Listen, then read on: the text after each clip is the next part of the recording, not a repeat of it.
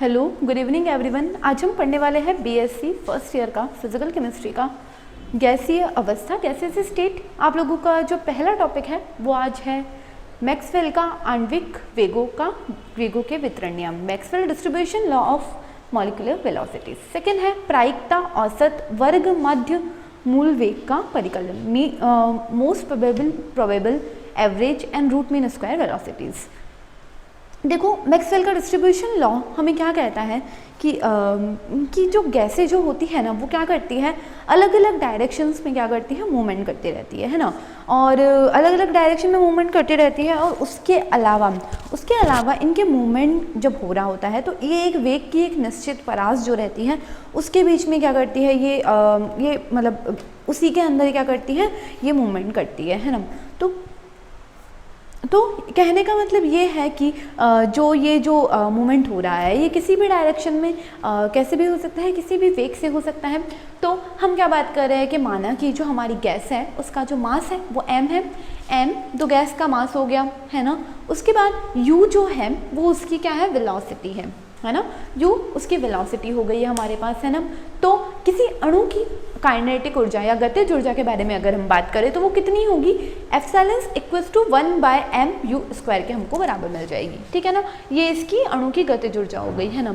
तो माना कि जो हमारा गैसीय अणु है वो u से लेके u प्लस du वेग के बीच में, मतलब du किसी गैस का वेग, u हमारी किसी गैस का वेग है और u के अंदर हमने प्लस du कर दिया, तो गैस के वेग के मध्य में कितने अणु उपस्थित होंगे, उसकी प्रायिकता के बारे में, उसकी प्रोबेबिलिटी के बारे में बात की।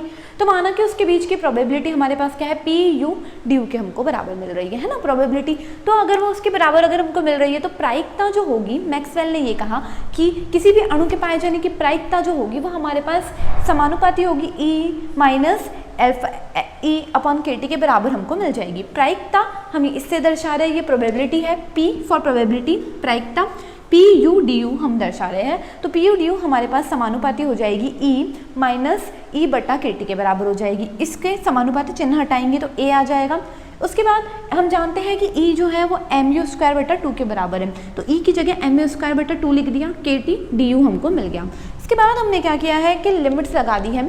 जो अणु का जो कण है जो गैस का, वो माइनस एप्सिलॉन से अनंत से कितनी भी दूरी तय कर सकता है, कहीं पर भी जा सकता है ना।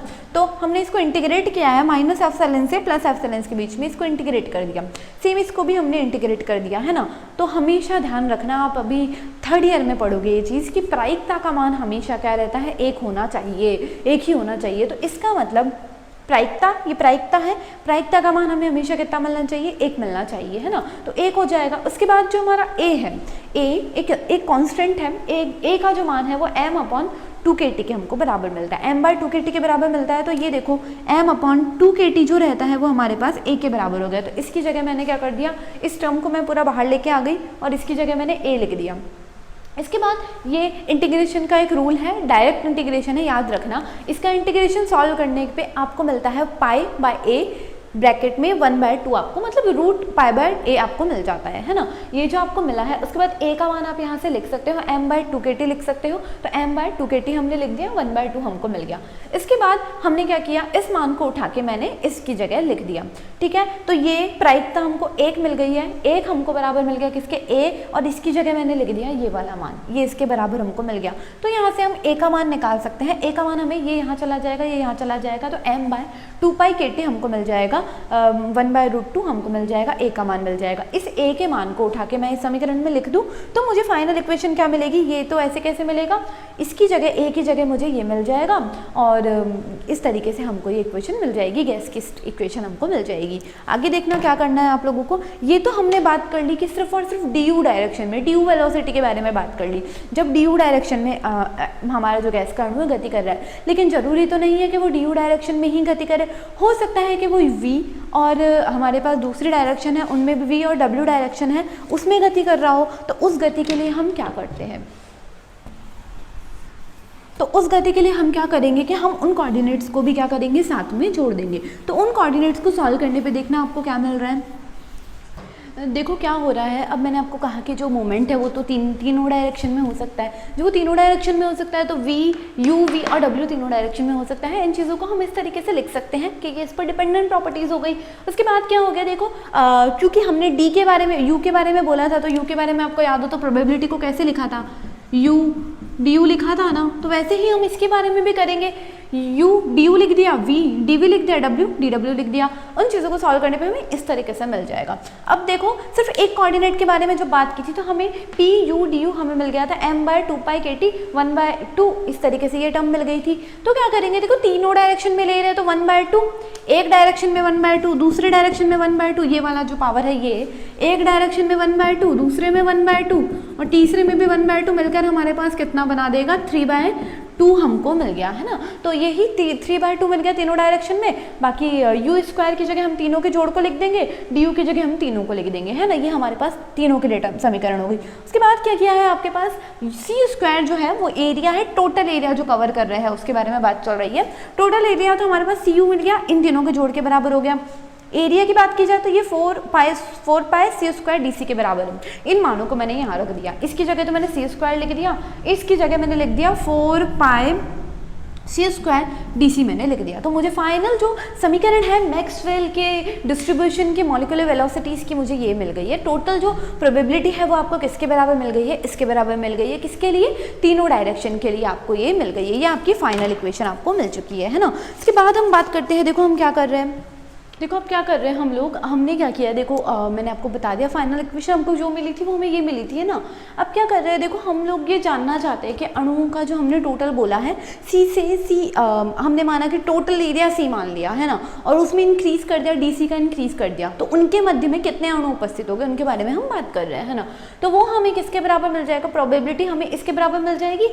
ये हमारे पास हमेशा बराबर रहती है, आप लोगों के पास ध्यान रखना, डेल एन सी बट्टा कैपिटल एन के आपको बराबर ये आपको मिलने वाली है ना। डेल एन सी बट्टा एन के बराबर होती है अणुओं का अंश जो डी से इनके मध्य में उपस्थित होता है। प्रोबेबिलिटी है ये भी, तो चूंकि ये भी प्रोबेबिलिटी है तो ये इनके बराबर ही होगी, ये हमें इस तरीके से मिल जाती है। फिर इस डीसी को उठा के मैं यहाँ से यहाँ लेके आ गई, तो डी एन सी बटा एन डी सी हमें मिल जाएगा। सी वेग वाले अणुओं की जो प्रायिकता है वो हमें यहाँ मिल जाएगी, किसके बराबर मिलेगी, इसके बराबर आप लोगों को मिल जाएगी। अब आप क्या करने वाले हैं देखना, अब आप लोग इस वाले को हमने ले लिया वाई अक्ष पे ले लिया, और C को हमने क्या ले लिया, x अक्ष पे हमने ले लिया, और इनके बीच में हमने क्या किया, ग्राफ खींचा है। ग्राफ खींचने पे देखना आप लोगों को क्या क्या चीज़ें मिल रही है। कुछ निष्कर्ष मिले थे मैक्सवेल को, वो निष्कर्ष है, बहुत इजी से निष्कर्ष है ना, ध्यान रखना। देखो तो इन्होंने क्या किया, इनके बीच में ग्राफ खींचा। ग्राफ खींचने पर इन्होंने क्या किया, देखो ये जो था ये क्या थी, ये क्या था आपके पास C से C प्लस du जो था उनके बीच की क्या थी, प्रायिकता थी, है ना। ये उसके बीच की प्रायिकता थी, और C जो हमारा वेग था उनके बीच में ग्राफ खींचा। तो ग्राफ खींचने पर आपको क्या किया है, एक T1 तापमान पर खींचा तो इस तरीके का स्लोप मिला, T2 पर इतना मिला और T3 पर इतना मिला, है ना। फिर क्या हो रहा है, यहाँ से लेके यहाँ तक तापमान जो है बढ़ता जा रहा है, T3 ज़्यादा है T2 से और T2 ज़्यादा है T1 से, है ना। तो आप एक चीज़ देख सकते हो, ये पिक जहाँ पर हमको मैक्सिमम प्रायिकता मिल रही है, C से लेके C1 के बीच में ये जो मैक्सिमम नंबर ऑफ मोल्स मिल रहे हैं, अणुओं की संख्या है ये, बेसिकली अणुओं की संख्या जहां मैक्सिमम मिल रही है, ये हमारे पास क्या कहलाता है, मोस्ट प्रोबेबल डेंसिटी कहलाता है। ये मोस्ट प्रोबेबल डेंसिटी कहलाता है, मोस्ट प्रोबेबल डेंसिटी ये एरिया कहलाता है ना। तो T1 तापमान पर मोस्ट प्रोबेबल डेंसिटी यहाँ मिली, T2 पर यहाँ मिली और T3 पर यहाँ मिली, ठीक है ना। तो आप नोट कर सकते हो कि तापमान के अंदर वृद्धि के साथ साथ, तापमान बढ़ने के साथ साथ क्या हो रहा है, हमारे पास मोस्ट प्रोबेबल डेंसिटी का जो मान है वो क्या होता जा रहा है, कम होता जा रहा है। तापमान में वृद्धि के साथ सबसे पहले सबसे ज़्यादा थी, फिर थोड़ी कम थी और फिर थोड़ी कम थी। तो तापमान में वृद्धि के साथ मोस्ट प्रोबेबल अणुओं की जो संख्या है वो क्या होती जा रही है, कम हमारे पास होती जा रही है ना। वेग की बात करें तो देखना, वेग हमें यहाँ मिल रहा है, तापमान वृद्धि के साथ वेग का मान क्या होता जा रहा है, हमारे पास बढ़ता जा रहा है ना। ये वेग का मान हमारे पास क्या होता जा रहा है, बढ़ता जा रहा है ना। दूसरी चीज़ ये कि हमारा जो मैक्सिमा है वो क्या होता जा रहा है, कम कम हमारे पास अणुओं की संख्या की तरफ शिफ्ट होता जा रहा है। और जैसे जैसे तापमान में वृद्धि की जा रही है ना, जैसे जैसे तापमान में वृद्धि की जा रही है, अधिक अणु ऐसे हैं जिनका वेग अधिक है। देखो ज़्यादा से ज़्यादा ये क्या अणुओं की संख्या को दर्शा रहा है, ये अणुओं की संख्या को दर्शा रहा है, ठीक है ना।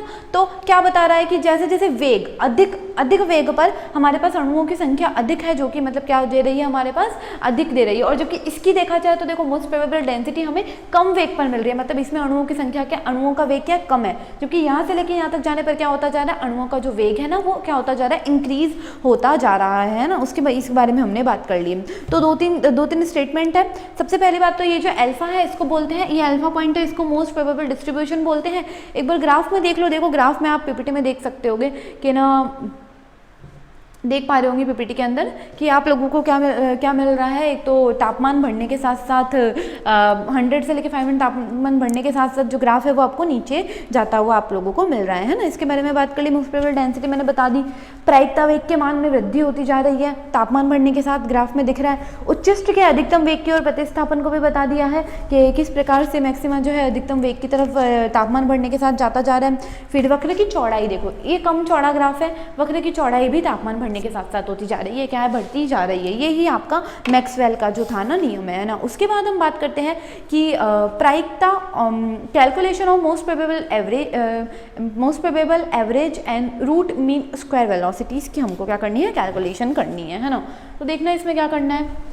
देखो अब हम देख रहे हैं कि मोस्ट प्रोबेबल वेलोसिटी की गणना। देखो आप लोगों को जो मैक्सवेल का जो फॉर्मूला मिला था वो आपको एंड कंक्लूजन ये मिला था, ये अणुओं की संख्या को दर्शा रहा था। अब मैंने क्या किया, मैंने इस इक्वेशन को सी के सापेक्ष मैंने क्या कर दिया, अवकलित कर दिया, डिफरेंशिएट कर दिया। तो मुझे सी के दो मान मिलेंगे, सी एक बार 0 मिलेगा और सी बराबर अल्फा मिलेगा, है ना। तो इस आधार पर ज़्यादा हम कन्फ्यूजन में नहीं पड़ेंगे, सीधा हमको ये जो मोस्ट प्रोबेबल वेलोसिटी का मान कितना मिल जाएगा, अल्फा हमको बराबर मिल जाएगा √2 kT अपॉन m के बराबर मिल जाएगा। डायरेक्टली याद रख लेना, नहीं है इतनी मैथमेटिकल कैलकुलेशन के हम सॉल्व करने बैठे, तो याद रख लेना अल्फा आपको बराबर मिल जाएगा √2 kT बटा m के बराबर मिल जाएगा। k जो है वो वोल्टेजमान स्थिरांक है, वोल्टेजमान स्थिरांक आपके पास R/n के बराबर होता है।